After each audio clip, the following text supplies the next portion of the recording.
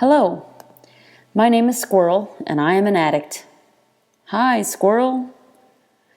I'm addicted to control, and the repercussions of this addiction include but are not limited to chronic anxiety, an obsession with exercise, a fear of regaining an immense amount of weight that I previously lost, and profound insecurities that I will destroy every functional relationship in my life with negative compulsive thoughts and feelings. This podcast is about me, the day-to-day shit that I experience, the wins and the struggles. Selfishly, I release this into the public forum not for validation, but because talking helps me process my emotions. It is my sincerest wish, however, that expressing my journey in this brutally honest way can also serve to help others going through this human experience. I use my own language and humor to convey these experiences, so they will certainly include copious amounts of profanity and sarcasm, particularly since a fairly warped sense of humor is how I choose to deal with life.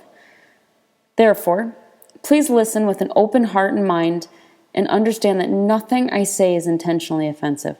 I simply wish to express myself and hope my mental meanderings connect with others. Enjoy. Welcome again to an episode of Squirrel Radio. So this is one of the ones that I promised to record. It's part of the catch-up kind of concept where, catch-up is all about me explaining some of the attributes I'm working to put into place and why I'm putting these attributes into place. And really, why is a very simple question. Why? Because I want to be proud of who I am the day that I die. And admittedly, I've done some things wrong, and I've had some real lessons to learn from. But one of the things I pride myself on is that I don't make the same mistake twice, right? That I'm a fast learner. Well, turns out that's bullshit. And I first realized that was bullshit when I found myself in trouble here with my work situation. Because there were shocking, and when I say shocking, I mean like ridiculously, exactly similar situations with what happened to my work situation in Kansas and what happened here. They were so similar that it really just rocked me to my core. The whole when it started happening here, and this is something I kind of talk about in my podcast called Boundaries. That's when it first started, or that was when the situation happened. Anyway, I'm not going to go into details, but an aspect of my character got a little out of control. It's the Joker. The Joker, she always thinks she's being funny, but sometimes people do not take her the way that she wants to be taken or the way that she meant. And I have no control over that. I only can control what I say and what I do. I cannot control how people interpret, nor how people judge that. So that being said, And basically, ever since the work situation happened here, I've been reeling like, how did I move halfway across the world and repeat the same bullshit behavior that I pulled 2 years ago? Or 1 year ago? I can't remember. 1.5 years ago? I don't know. Whatever. It doesn't matter. We'll say 1 to 2 years ago because I can't remember. And then, this is in my work life, but something else struck me, that I'm repeating another devastatingly horrible habit from my past, which has to do with me in relationship.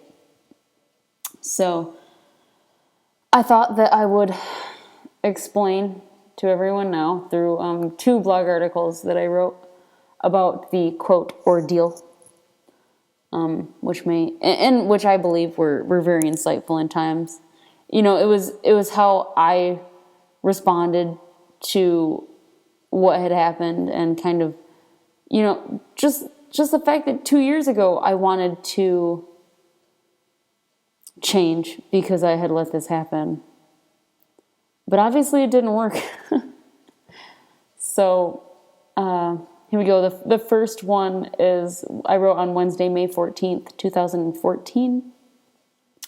So about 1.5 years ago, I was right. And it says, thought of the day of workers and writers. Today I finally kicked myself in the pants. I decided that what I need is to allow and sometimes force my inner writer to exercise her skills more frequently in the same manner I exercise my body by running or soul by meditating, though I could do better with this one as well of late. My goal is to reinstall daily thoughts of the day, which for a while became more like monthly meanderings, and by so doing, perk myself up a bit and disentangle all the thoughts that arise as I attempt to make sense of what is happening to me. I've admittedly not wanted to write because I'm going through a situation that I will refer to as, quote, the ordeal. But today I finally struck upon what I believe is the main lesson of the ordeal and actually want to write about it. And since this is my blog, I will. The ordeal began exactly 4 weeks ago tomorrow. For reasons I will not discuss, I was suspended from my job at Hospira. Suffice it to say that both entities have made mistakes and overreacted in ways, and now I patiently await, to the extent that my person allows, as they kindly find a new position for me. I mean this sincerely, as they did not need to keep me. They could have easily terminated me, and for that I'm extremely grateful. What I'm most thankful for, however, are the impactful lessons the ordeal has taught me. Lessons regarding both who I am and who I want to be, shedding light on the traits I'm not willing to compromise, and ones that require rapid installation into my life if I want it to be meaningful and happy.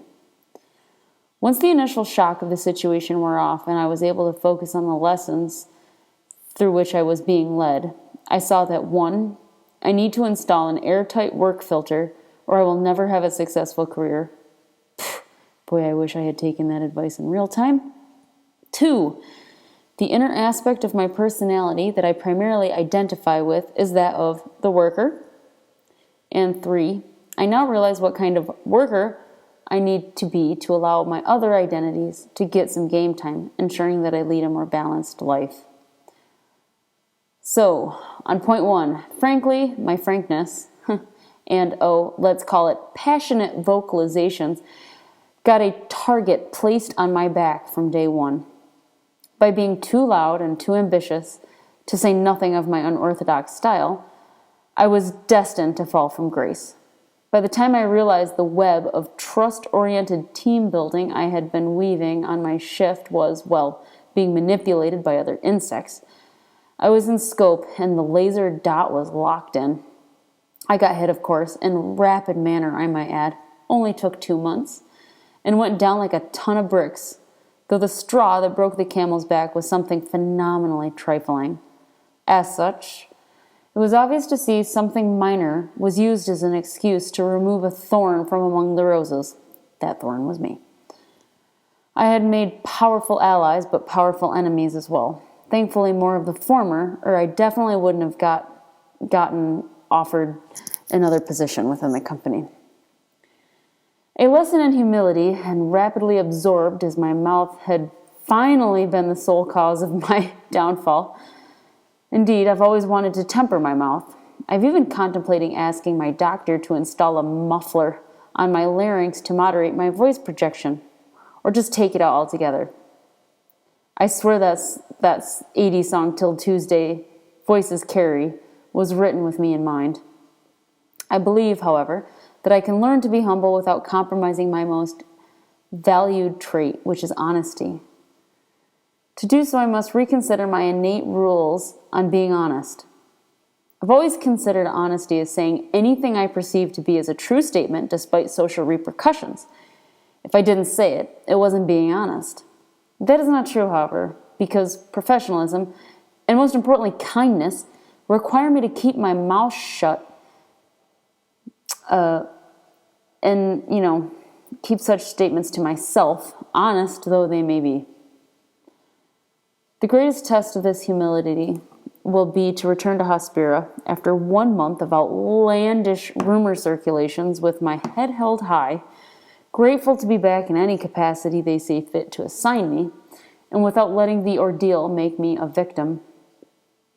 Regarding the ordeal, in consideration of its effect on my current career trajectory, I had to concede that to rise to the ranks that I aspired, I would have to completely upend my natural disposition. Instead of being open and honest, I'd have to become more guarded and manipulative. Humility aside, this realization led me to ask, is this truly who I want to become and the career that I want? And the very simple answer is, fuck no. What I have always wanted in my heart of hearts is a simple life where I can be myself. That includes some of my more incongruous behaviors, that'll teach me to use big words, which led to my Colorado nickname of Wildcard. She's a blast, mostly hilarious, but sometimes tragic. Going back to point 2 above, here's a simple one, because I've been through identity crises before and recognized that gnawing feeling of detachment. I consequently knew I must be upset because one of my identities had been compromised by the ordeal. So I asked, who am I? And the answer was immediate. I am a worker. I've been working almost every day since the tender age of 14. Everyone in my family is a worker, and proud ones at that. The mere mention of the word retirement is enough to make me feel like I gargled battery acid. Alas, the ordeal had tried to kill my worker. And now I wasn't sure who I was supposed to be since my work had been suspended. 2 truths materialized from this realization. 1, I had become far too dependent on my worker identity, as evidenced by the fact that its temporary loss had me completely unhinged. I immediately recognized the need to explore and cultivate my other identities, or even invent a new one. 2, for immediate relief, and to appease the worker, I'd take up my old post at good old Mickey D's, because no matter what degrees I hold or what tasks I'm ordered to do, and especially regardless of pay, I'm happiest when working and serving others in some form or fashion. Exploring identities has become a fascination of mine during my post-breakup spiritual transformation while working the 12 steps of AA, a book I hope to eventually write entitled The Reset Button. When I think back on jobs I found satisfying, my contract gig at Amgen stands out. My readers will remember it as a time period during which I wrote nearly every day, and my brain was teeming with inspiration. The job was perfect because it allowed me to mollify the worker with simple data processing and analytical tasks, while also enabling the runner to trot 6 to 10 miles a day, the spirit to meditate for 30 minutes a day, and the writer to unleash her up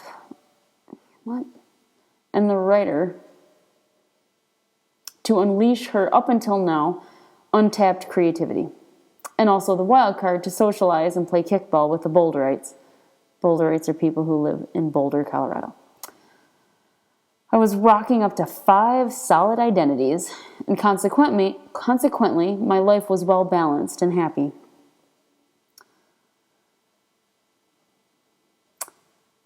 Why is that, one may ask? Simply because if a person sees themselves as many things, when one identity becomes compromised, for instance, by an injury, a falling out with a friend, writer's block, a loss of a job contract, the person as a whole can always fall back on their other identities to maintain sanity and regain stability. The cumulative effect makes them more resilient to life's inevitable fluctuations. My downfall was clear in hindsight. Hospira moved me to Kansas. My job was there. The only reason I bought a house and became invested in the community was because of Hospira. My life in McPherson centered around the worker, and she worked and sought to excel her career at that company. I knew with certainty that I would run the site one day, but in one moment, with one click of the print button, that certainty was gone, and my sole identity was in mortal peril. The one identity I've always wanted to try on for size is that of a New Zealand sheep farmer. So if one day I am discovered to be gone, disappeared like a Christian on the rapture, then people will know where to find me should they ever need a warm, new winter sweater or some tasty mutton stew. That's funny, because look at where I am now. Actually, it was the ordeal that made me decide to make this decision to come to Kansas. I really did ask myself, what do I want in my life? And I've always wanted to live abroad. And I don't know why, but I've always wanted to live in New Zealand. So it was during that whole period that I decided to get my visa and get my plane ticket and go. And I'm very glad that I did. So the second article I wrote on Monday, May 19th, 2014, just like a week later. And it's called Just Get to Confusion. Well, today is the day I go into HR and talk about my options regarding the outcome of the ordeal. As I've previously said, I've made enough allies to keep a role within the company, but I will be taken down a few levels and will not return to my previous department. And though I'm relieved that this will all finally come to an end, and grateful for the personal lessons I've learned throughout the last month, I have a few apprehensions relating to my return. Mainly, I'm afraid that keeping my ego at bay and maintaining my serenity for the duration of the discussion, as I take in my offenses and their repercussions, will prove too much for me to take, allowing my emotions to run amok, thus digging the hole deeper. As such, during my run this morning, I focused on the seed of humility I have previously planted. Today, that seed will need to at least sprout, poking up from the earth, if I am to protect what little positive image I've established at my company. No matter what is said to me, despite who I think is to blame for what has transgressed, I need to take my share of the responsibility, be the bigger person, accept the chastisements with grace and the new opportunity offered, no matter how lowly it may seem, with gratitude. The root issue here is my inherent inability to hide what I am feeling. Oh boy, so true. I instinctively wear my emotions on my sleeve. They display across my face in large, bold print. My face is so easy to read, in fact, that even a kindergartner could tell you the emotional outcome of my life story after a 5-minute conversation. Therefore, while contemplating how I might disguise this vast array of negative feelings upon discussing the ordeal and seeing those directly involved in my downfall, I remembered that all I have to do is get to confusion or get to curiosity. During a leadership training I took in my department last year, they explained that along the range of the emotional scale, confusion was in the middle, net neutral. The resulting guidance was that if one should find themselves experiencing negative emotions within a professional atmosphere where negativity might damage one's career, they only need to elevate themselves to this neutrality by becoming curious and asking others to elucidate the underlying issues inspiring those negative emotions. From there, it is much easier to ascend into the realm of positive emotions. Aha! Confusion is an easily obtainable objective. Indeed, the outlandish idiosyncrasies of the average human keeps me in an almost constant state of bewilderment, most pronounced during my McDonald's shifts. The best part is that my typical reaction to confusion is humor, which quickly propels me into the positive range. Now, this is a plan I can really sink my teeth into. True to this statement, as I imagine myself looking at one person in particular and contriving a look of bewilderment instead of devastation or anger, I began to audibly giggle, which inspired still more looks of confusion. Imagining the inevitable confusion that this person felt in response to my confusion was certainly a pleasant image. One of us looking across the room at each other in utter bemusement. This entertaining illustration yields the ammo needed to rocket me to at least hopefulness and conquer my ego, allowing me to go about the business of moving into my new role with dignity. My mature response will then relate to those who had faith in me. and that I will not disappoint them again, and my ability to recover from any ancillary damage from the ordeal. Lastly, I wish one thing to be plainly understood. I do not blame anyone for what has happened. I am not a victim of anything besides my own poor judgments, and I will accept the outcome. Though my damaged ego will likely require the coaxing I've related above to accomplish this feat and absorb this lesson in humility. The most critical lessons in life are also the most difficult to learn, which is why we are typically faced with multiple opportunities to grasp them. Oh, yeah, boy, I got a second one. Or otherwise have them beaten into our psyche. Anyway, another epiphany struck me as I ran this morning. I saw myself habitually hard at work digging holes, like a dog digging holes. Then I tempted the opportune persons into obligingly pushing me straight into them. That is certainly what happened to facilitate the ordeal. Certain people did not appreciate my ambitions and direct wild card personality. She dug the hole. The wild card, I dug the hole. And when I made a trivial documentation error, the people that I had coaxed, or the enemies I had made, pushed me into my own hole. In retrospect, that is precisely what I did to assist in dismantling my own and only relationship. Romantic, that is, most recently. The loss of my dog's allegiance. Oh, dear. Yeah, that's sad. So why would I do such things? Simple. Because though I dug the hole and though I enticed others into pushing me into this hole, my ego perceived to the shit at the bottom. I've said it before, though I apparently misjudged the situation on the first go-around, one will inevitably end up swimming in shit when they talk shit. And that talk shit relates back to another article and kind of sets up the history of who I pissed off. And yeah, anyway, it was a big to-do. So this article just proves what I've already said, like why, in the catch-up I was talking about my epiphany. And, to anybody else, the epiphany wasn't an epiphany. Normal people understand that you do not have to act the way you feel, but I do wear my emotions on my sleeve. And it is really, really difficult for me to temper that. I'm not making excuses or asking for forgiveness. This is just who I am, and I accept that.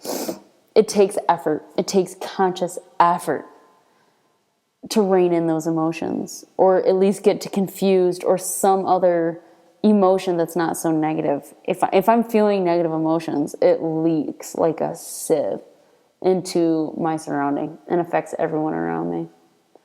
And when I'm happy, the same thing happens, which is a good thing. But I can proudly say it's been a week since I recorded the catch-up, and no, it's been more than that. Anyway, I'm doing better. I am.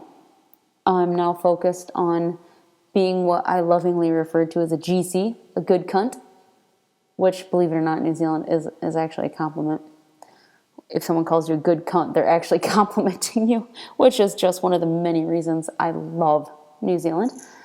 I've never thought we should take the C word so seriously. In the States, it's worse than taking the Lord's name in vain or committing adultery, for God's sake.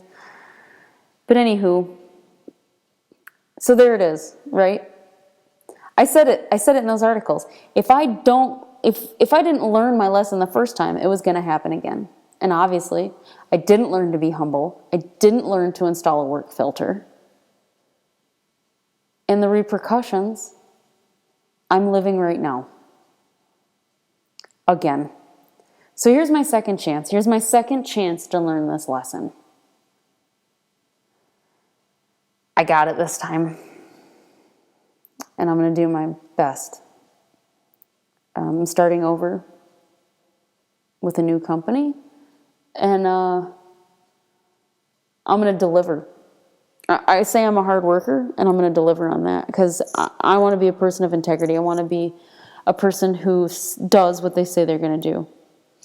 I have promised this new company a hard worker, and that's what I'm going to give them.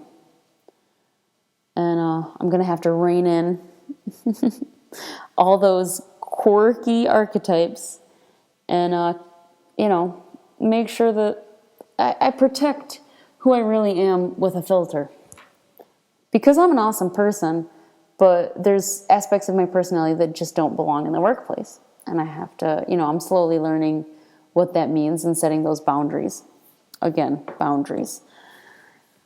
Probably the most, to me, devastating aspect of all this is that I've started repeating other more tragic habits here.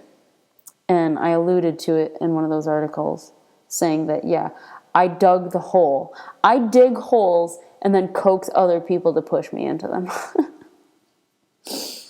by talking shit. I have done this, fuck 2 lessons. I have literally done this my entire life because I have a very self-destructive nature.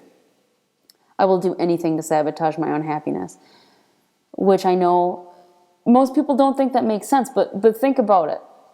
I'm sure everybody can think of an instance where they sabotage their own happiness for some reason, either because they don't think they deserve to be happy, they don't love themselves, they think they're a piece of shit. We set ourselves up to fail if we don't love and accept who we are. For me, because, I talked about this because of my fear of abandonment and rejection, because of my childhood, I'm almost hopeless with relationships. And, in my first and previously only relationship, basically, he who must not be named is to be admired. He held on to someone who was dead set on destructing herself, destroying her own happiness for 2.5 years. And that's to be admired. That shows resiliency.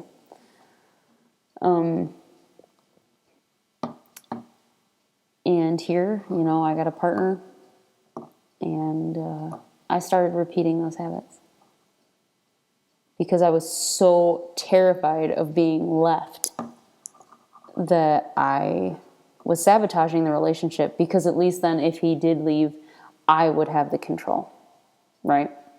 I caused that end. I was the reason. And it's not because I would ever leave the person I'm with. I forced them to leave me so that at least if I get abandoned, I know that I caused that. And I know it is sick. It's fucking sick and irrational. But that's how it works. That's what I've discovered. That is what I'm doing. That is what I used to do. So that's why my epiphany at the end of my Christmas podcast was so important to me. And it's something I thought even more about today when I was running, which is every day that we have with the people that we love is a gift. It's a gift to be thankful for. I have told myself, that this is just something I have to accept. One day, and I'm going to use the word God here, but don't get all fucking strung up on that word. I actually believe that God is the energy that runs through the entire universe. And if you think I'm crazy, too fucking bad. My belief doesn't hurt you, so get over it. God will take those people away from me, either because they need to go off and learn their own lesson, or I need to move on and go down a different path. In kind of conceding that that's an inevitability, it makes it easier to accept for me, just for me. Everybody has their own process for accepting, but that's mine. Today, I decided to accept that at some point in my life, and I cannot control when, the people I love will be taken from me. All of them. Every single one. no matter how much I love them, and no matter how afraid I am to be alone, and despite any emotional consequence that it may bring. I will be alone. Those people will be taken from me. So, instead of obsessing and trying to manipulate or control that, just let life happen. Let life surprise me. I don't know when it's going to happen. So, worrying about it is pointless. And it is an inevitability, as sure as dying, because dying is the ultimate abandonment in this human life. It's the start of a different journey, but we all have our own thoughts on that. It's a gift. Every day with the people that we love is a gift. All relationships are transient. So I think in accepting that, I'm a lot further down the road. I'm working on, it's tough because I'm working on various aspects of my personality, like the worker, and then, the summer that I am in relationships. But it all comes back to the same thing. Those negative attributes of my personality, the hole digger, the fucking ditch digger. She is hard at work digging ditches, and then coaxing other people to toss me in them. So I end up in the shit. But what I can do is what I'm doing. I'm practicing. I still feel almost constantly that need. I'll start looking for fights to pick instead of positive things to focus on. I'm just getting more adept at stopping myself and saying, Summer, this emotion, it's going to pass. You're not going to feel this way in 5 minutes, so just chill out. Yeah, you're pissed now, or you're upset now, or you're sad now, or you're happy now. I mean, all emotions change. So just wait it out. Twiddle your thumbs, color, fucking play a stupid video game. Just do something. And it'll change. Anyway, is that confusing enough for you? I'm hilarious. Anyway, that's the ordeal. And I'm thankful that I wrote that, because at first I was really insulted. I was like, what a dumb bitch I am. I did the same thing. Well, no. Yes, I did. But here's another opportunity to make the lesson stick. I didn't practice. Last time I got up, when it happened at the other place, basically what I did was I got my visa and my plane ticket and said, fuck you. I'm going to New Zealand and none of this is going to matter. And instead of learning my lesson, I basically got up on my high horse and said, none of this matters. I'm just going to kill time for 6 months and then I'm going to go to New Zealand and you guys can go fuck yourselves. Well, guess what? I didn't learn those lessons, and then I ended up digging the same hole here that I dug back there. And thankfully, I see that similarity in what I did there as to, what I'm doing in my relationships. So I'm very thankful that I'm able to catch that a little sooner, because I'm not willing to do that. I'm not willing to do that to my partner. I'm not willing to do that to my best friend. I'm not willing to do that to my coworkers. I'm not willing to do that to my family. I'm not willing to do that to myself, for God's sakes. Fuck that. Maybe it sounds selfish, but I don't care. I'm not going to put myself through that again. As far as all the abandonment shit, one of my coworkers, and God bless her, I love her to death, she goes, Summer, even if your partner did leave you, he can only leave you once. He can only break your heart once.